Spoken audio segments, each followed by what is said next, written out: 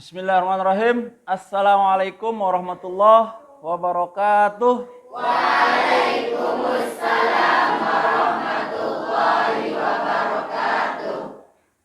Alhamdulillah rabbil alamin, wassalatu wassalamu ala asrofil anbiya wal mursalin wa ala alihi wa sahbihi ajma'in, amma ba'du.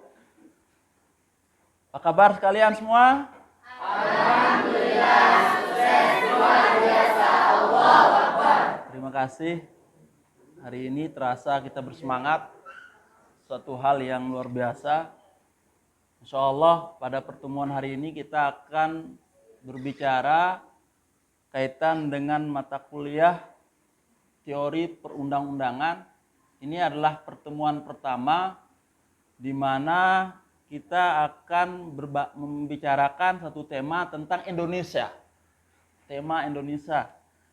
Tentunya tema Indonesia itu adalah suatu hal yang luar biasa. Banyak hal yang kita akan bicarakan. Karena di Indonesia sendiri banyak hal yang menarik. Dari sisi budayanya, dari sisi daerahnya, dari sisi suku, agama, dan lain sebagainya.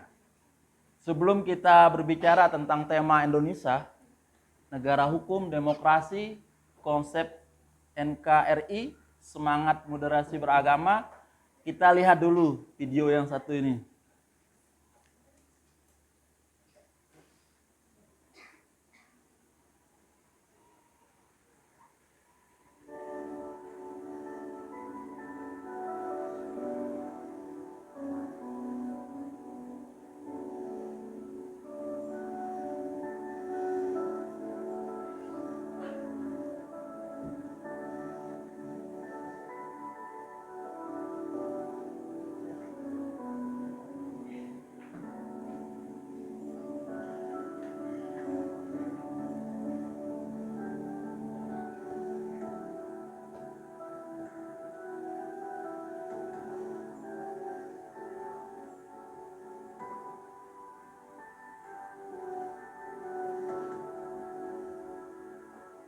Dari video ini kita bisa melihat adanya peradaban budaya yang ada di Indonesia.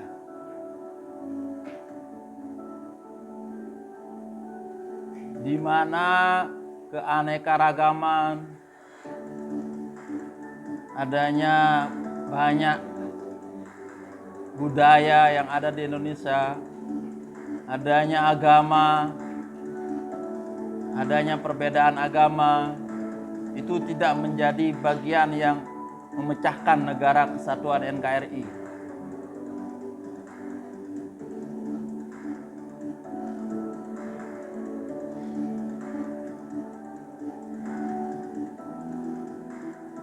Ini di Bali.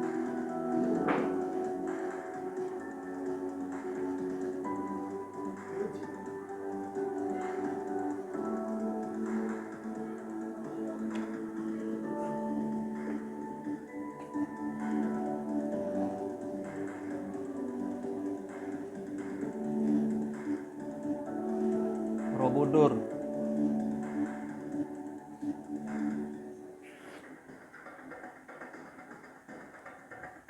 Ini di Lombok nih.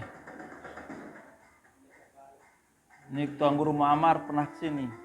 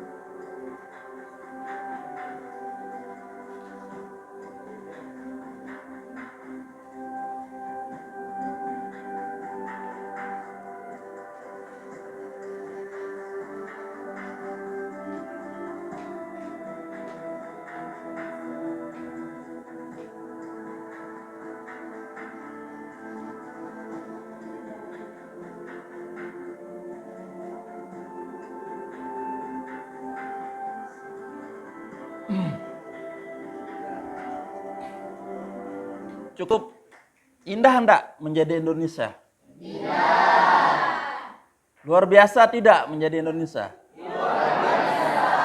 Berarti ada kebanggaan yang luar biasa yang harus kita miliki kalau kita berada sebagai anak bangsa. Hari ini kita akan mencoba membedah Indonesia dalam skala nasional. Indonesia terbentuk oleh beberapa wilayah kepulauan. Ada kepulauan yang terbesar, Sumatera, Kalimantan, Sulawesi, Papua, kemudian Jawa, kemudian Madura, Bali, dan Lombok, Sumbawa, dan sebagainya. Ini adalah bagian dari wilayah yang membentuk Negara Kesatuan Republik Indonesia. Yang tadi kita lihat video yang tadi itu, dalam benak kita itu apa kira-kira? Keberagaman. Apa lagi? Suku. Ada lagi?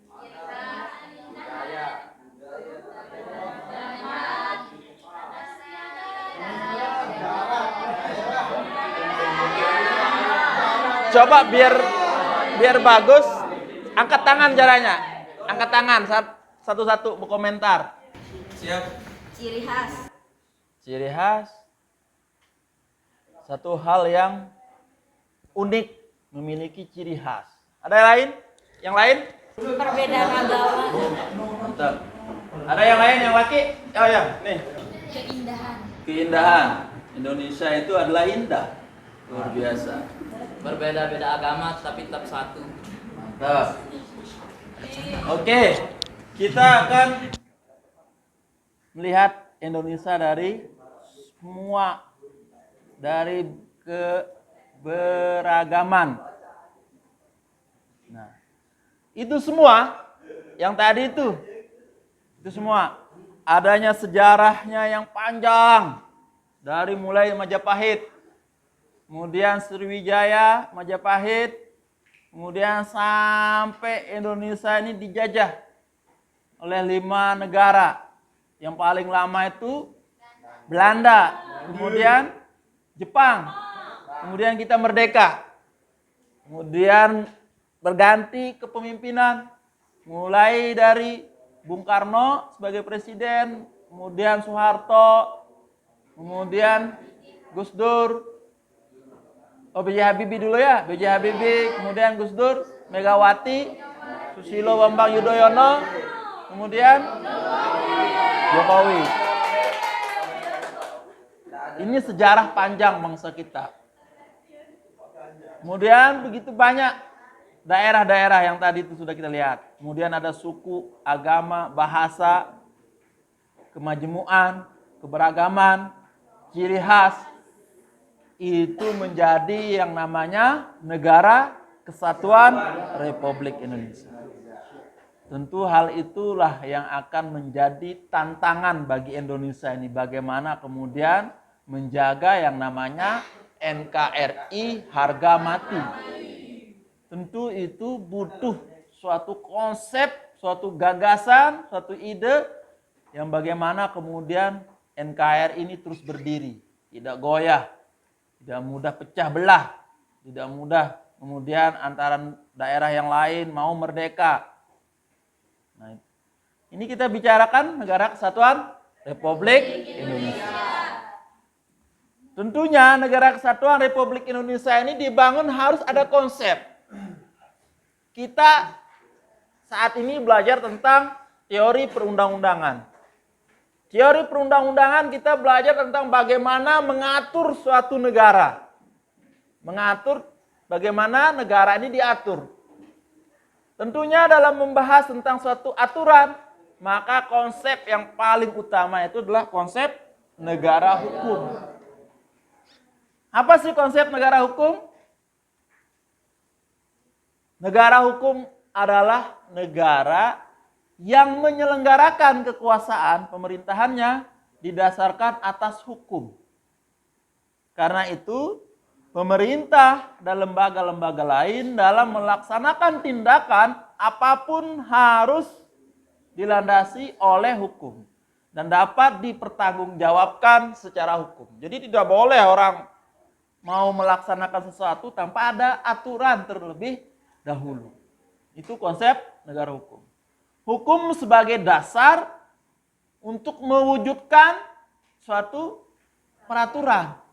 Jadi hukum ini jadi dasar. Makanya suatu hal yang luar biasa kalian ini kuliah di tempat ini. Kita belajar tentang hukum berarti suatu hal yang mendasar kita belajar. Tidak ada berarti orang hukum itu selalu dibutuhkan dimanapun dia hidup. Karena hukum itu tidak akan lepas dari masyarakat. Nah,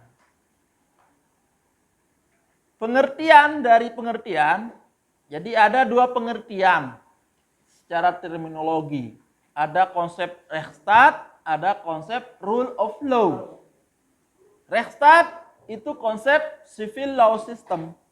Rule of law konsep Anglo-Saxon.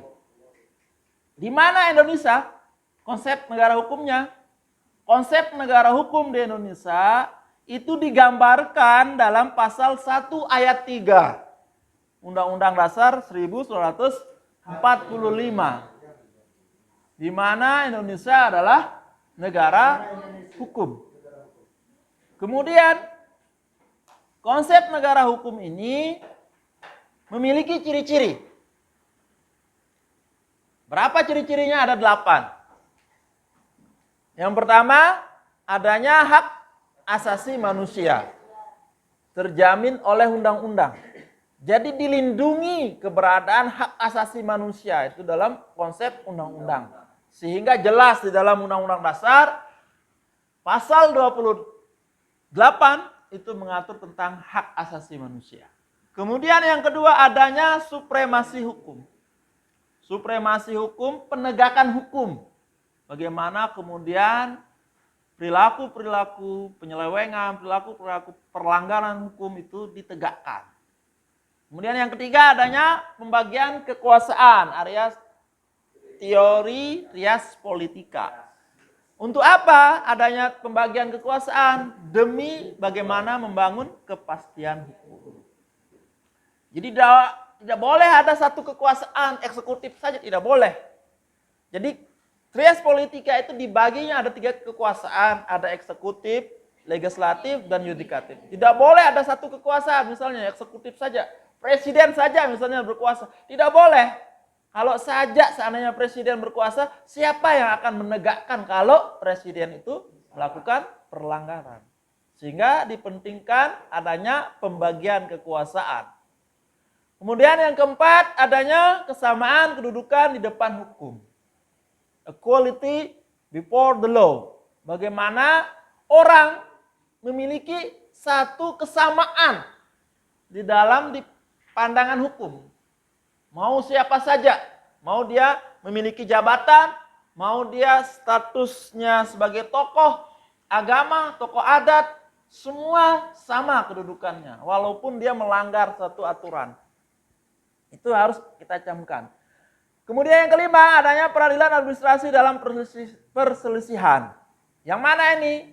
Bagaimana kemudian di dalam pelanggaran-pelanggaran atau keputusan-keputusan yang salah di dalam mengeluarkan keputusan, misalnya pejabat, itu bisa ada di proses. Misalnya keputusan itu bisa dibatalkan. Itu peradilan tata usaha negara di sana prosesnya itu. Kemudian yang keenam, kebebasan menyatakan pendapat, bersikap, dan berorganisasi. Ini penting, karena ini adalah bagian dari HAM juga ini. Menyatakan pendapat, bersikap, berorganisasi. Kalian harus punya bagaimana membangun relasi, bagaimana berorganisasi. Untuk apa kita ini? Untuk aktualisasi diri. Untuk aktif. Bagaimana membangun apa yang ada dalam pikiran Anda. Apa yang ada dalam ide-ide Anda. Jadi ide ini, konsep kita itu tidak akan terbangun kalau kita tidak membuat suatu gerakan. Gerakan itu terbangun melalui organisasi. Jadi penting adanya organisasi. Kemudian adanya pemilu umum yang bebas. Ini harus dimiliki. Kemudian yang ke-8, badan kehakiman yang bebas dan tidak memihak. Inilah konsep ciri-ciri negara hukum. Tapi dalam pelaksanaannya, ciri-ciri konsep negara hukum ini, sebagaimana awal kita tadi itu, pelajaran kita dari yang pertama tadi itu, kita akan membahas konsep negara hukum, demokrasi, dan apa tadi? Dan moderasi beragama. Apa hubungannya antara tiga bagian-bagian ini? Itu saling membutuhkan, saling terhubung. Jadi konsep negara hukum ini tidak akan tercapai kalau dia tidak dibangun dalam konsep demokrasi. Nah ini, ciri-ciri konsep negara hukum mengarah pada tujuan terciptanya kehidupan demokrasi. Hak asasi manusia tidak akan dijalankan tanpa adanya hukum. Tanpa adanya hukum. Kesejahteraan rakyat tidak akan bisa berjalan tanpa adanya suatu pemerintahan. Keadilan tidak akan berjalan tanpa adanya peradilan. Sehingga satu sama lain itu penting. Keterhubungan satu sama lain. Sehingga konsep negara hukum ini tidak akan tercapai tanpa dibangun dengan adanya konsep demokrasi. Apa itu demokrasi? Kita lihat ciri-cirinya dulu. Indonesia ini apa sih ciri-cirinya menjalankan demokrasi? Pertama, adanya pengakuan, penghargaan, tadi itu perlindungan terhadap hak asasi, HAM. Kemudian adanya kebebasan dan kemerdekaan bagi seluruh warga negara kita. Adanya persamaan segala bidang bagi seluruh warga. Kemudian adanya keterlibatan warga negara dalam pengambilan keputusan politik. Ini yang dimaksud dengan tadi itu. Adanya pemilu yang bebas tadi itu. Kemudian adanya lembaga peradilan dan kekuasaan kehakiman yang independen. Kemudian adanya pers yang bebas menyampaikan informasi dan mengontrol perilaku serta kebijakan pemerintah. Adanya pengakuan terhadap perbedaan suku, agama, golongan, dan lain sebagainya. Adanya pemilu umum yang bebas, adil, jujur untuk menentukan pemimpin negara serta anggota lembaga perwakilan rakyat. Ini ciri-ciri pemerintahan demokrasi. Jadi Indonesia ini terbangun tadi itu konsep negara hukum, konsep demokrasi yang dimana kita harus paham ini semua. Prinsip-prinsipnya, kita harus pertama ini, prinsip-prinsip. Prinsip-prinsip demokrasi dapat ditinjau dari pendapat Al-Matududi. Al-Matududi. Yang kemudian dikenal dengan seorang guru besar demokrasi. Mereka itu, beliau berpendapat adanya kedaulatan rakyat. Itu pertama. Bagaimana negara ini dibangun, pemerintahan ini dibangun, tidak akan terjadi pemerintahan kalau tidak ada kemauan rakyat. Jadi rakyat yang punya kemauan, bukan penguasa itu yang mau. Makanya yang nyalek ini bukan, dia tidak akan jadi. Sekarang ini lagi sebentar nyalek, orang nyalek 2024. Tidak akan jadi dia dewan kalau tidak ada maunya kita, maunya rakyat. Maka itulah pentingnya kedaulatan rakyat. Tetapi kadang kedaulatan kita itu kita jual dengan nilai yang 50.000 lah. Jangan sampai seperti itu. Ada yang jual kedaulatannya pakai 50.000. Tapi kalau kontrak politik ada, semua kayaknya kita harus punya kontrak politik. Karena kalian itu adalah orang cerdas. Jadi jangan mau kedaulatan kita dijual.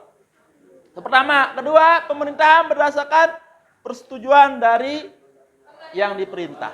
Jadi apa maksudnya pemerintahan berdasarkan persetujuan Dari yang diperintah maksudnya adalah adanya suatu keputusan yang dibangun, adanya kewenangan yang dimiliki. Jadi kewenangan itu harus melalui suatu aturan. Aturan itu harus melalui peraturan. Peraturan itu harus melalui undang-undang. Undang-undang itu harus melalui konsep. Konsepnya itu harus melalui konsep negara hukum. Ketemu dia. Adanya kekuatan mayoritas. Prinsip-prinsip demokrasi. Jadi kita ini adalah mayoritas. Rakyat ini adalah mayoritas.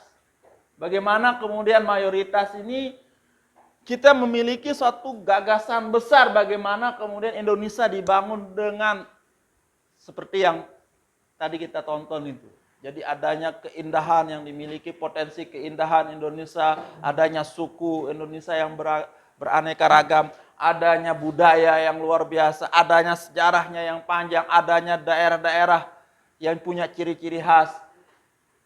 Ini mayoritas. Dibangun bagaimana mayoritas ini kemudian menyatu dalam konsep negara kesatuan Republik Indonesia. Kemudian adanya hak-hak minoritas. Bagaimana didukung oleh hak-hak minoritas. Jangan sampai kemudian mayoritas mengalahkan minoritas.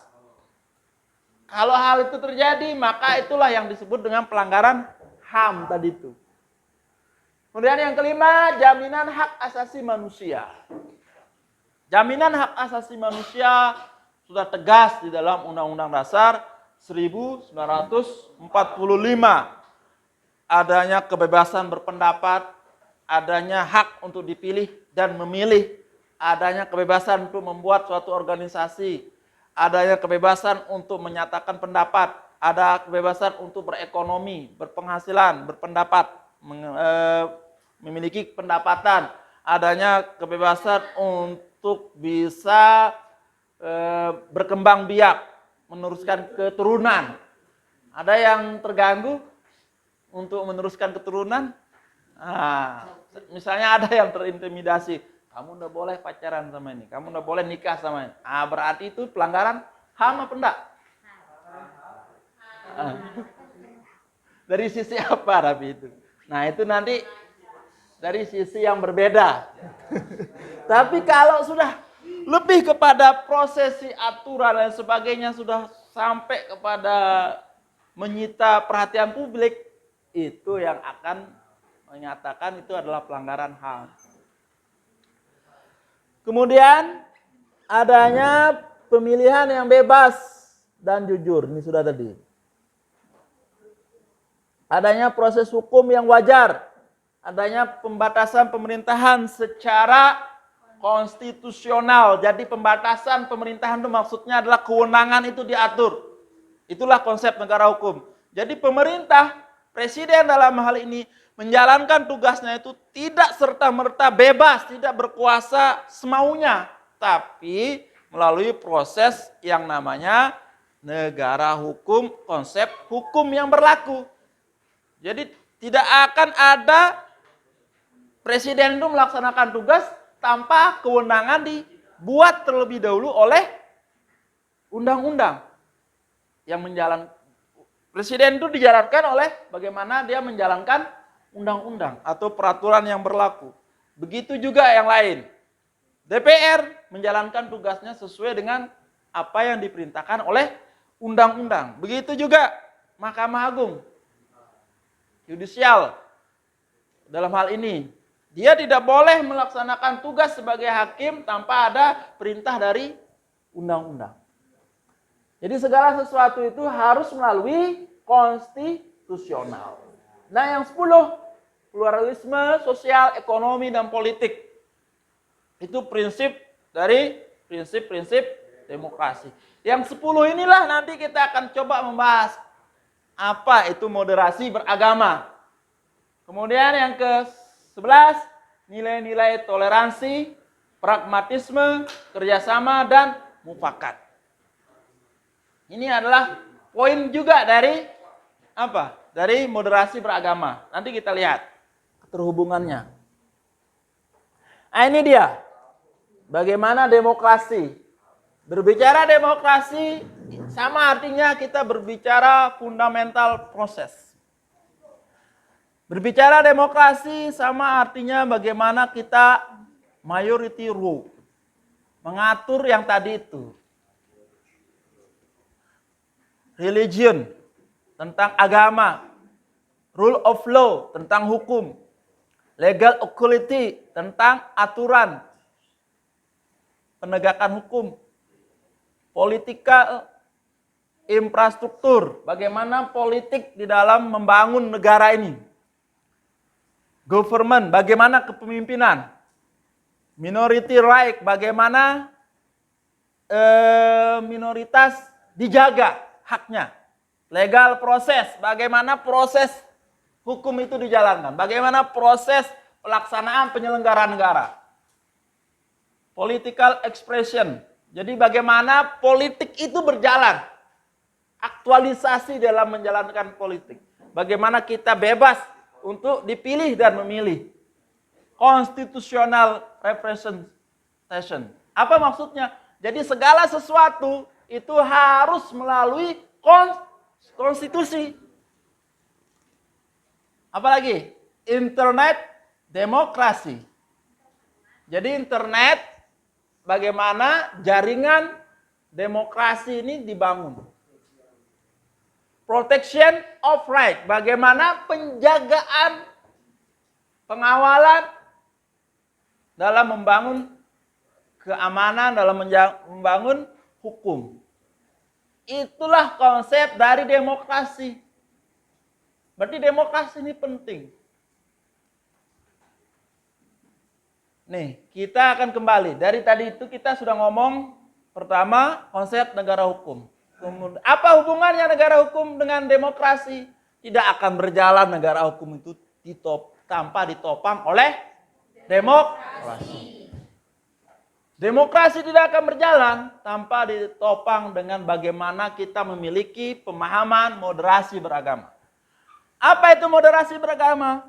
Mengedepankan keseimbangan dalam hal keyakinan moral, watak sebagai ekspresi sikap keagamaan individu atau kelompok tertentu di tengah keberagaman dan kebinekaan fakta sosial yang melingkupi kita. Jadi Indonesia ini saat ini dirongrong oleh paham-paham radikalisme. Apa itu radikalisme? Paham tentang bagaimana memiliki keras di dalam pandangan beragama. Sedikit-sedikit bom bunuh diri, sedikit-sedikit penghujatan, pengkafiran, sedikit-sedikit mengatakan dirinya yang paling benar. Kelompok ini yang salah. Sedikit-sedikit banyak sekali paham. Sampai di wilayah kita, di NTB pernah terjadi kasus. Kasus apa itu? Kita lihat. Kasusnya, ini tuan gurunya Salafi. Ini kasusnya. Polda Nusa Tenggara Barat menetapkan pimpinan pesantren As-Sunnah di Lombok Timur, Ustadz Mizan Qudsiah, sebagai tersangka dalam kasus ujaran kebencian. Kasus ini berkaitan dengan potongan video ceramah Ustadz Mizan yang dianggap menghina makam leluhur suku Sasak Lombok.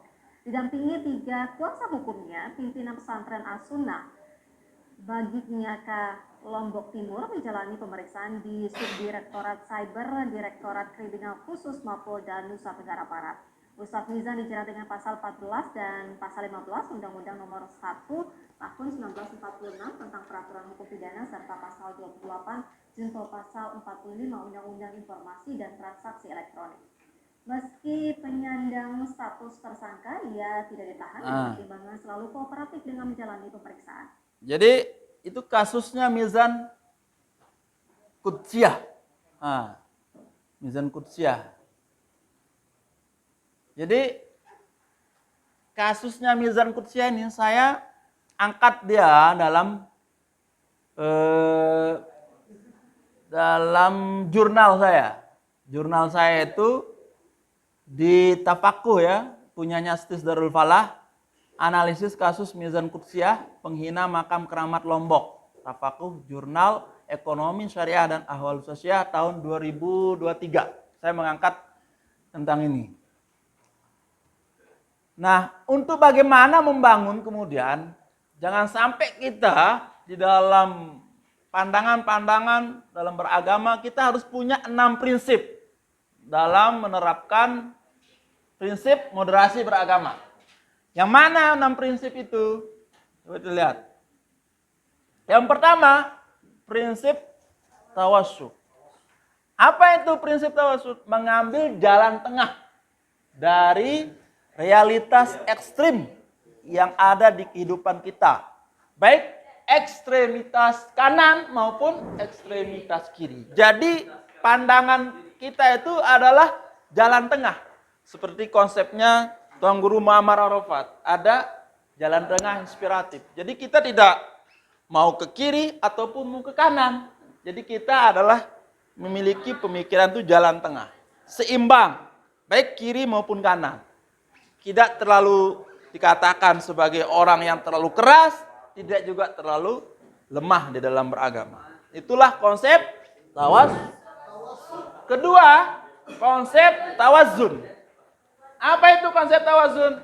Yaitu menjunjung tinggi keadilan, tidak berpihak pada suatu kelompok dan mendiskriminasikan kelompok lainnya. Jadi kita menjunjung tinggi bahwa secara pandangan kita itu memiliki pandangan yang lurus. Selalu mengedepankan positive thinking. Yang pernah kita berpikir negatif. Positive thinking bahwa ada sesuatu di balik apa yang mereka lakukan misalnya. Ketika ada suatu hal yang kita anggap kejelekan, jangan dulu. Kemudian kita akan melakukan gerakan untuk pembakaran rumah untuk sudah lari kepada rasis nanti itu atau kepada paham-paham yang itu membawa kayak gerakan-gerakan bagaimana kemudian ini kasus yang tadi itu ada ceramahnya ceramah itu kaitan dengan bagaimana di Lombok ini punya tradisi. Tradisinya itu adalah pergi mengunjungi ulama-ulama yang memiliki sejarah panjang, yang memiliki sanad ilmu agamanya, yang kemudian itu terus dikenang sampai murid-muridnya. Nah itulah yang kemudian pergi ziarah makam ke ulama-ulama itu, kemudian karena paham akidahnya sudah keras, maka kemudian dia membuat satu statement adanya makam keramat Tainaco. Ini yang bahaya. Sudah itu mendiskriminasikan kelompok tertentu. Kelompok-kelompok yang tadinya sering ke makam tadi itu. Sehingga wajar kemudian didemo. Nah kemudian yang ketiga, konsep yang ketiga itu adalah iktidal. Yaitu sikap lurus dan tegas dalam menyikapi setiap kebaikan dalam kehidupan. Jadi kita harus iktidal.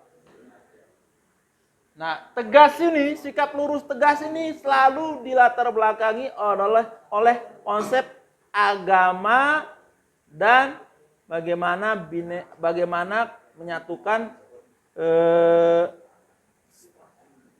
agama dan negara dalam bingkaian Negara Kesatuan Republik Indonesia.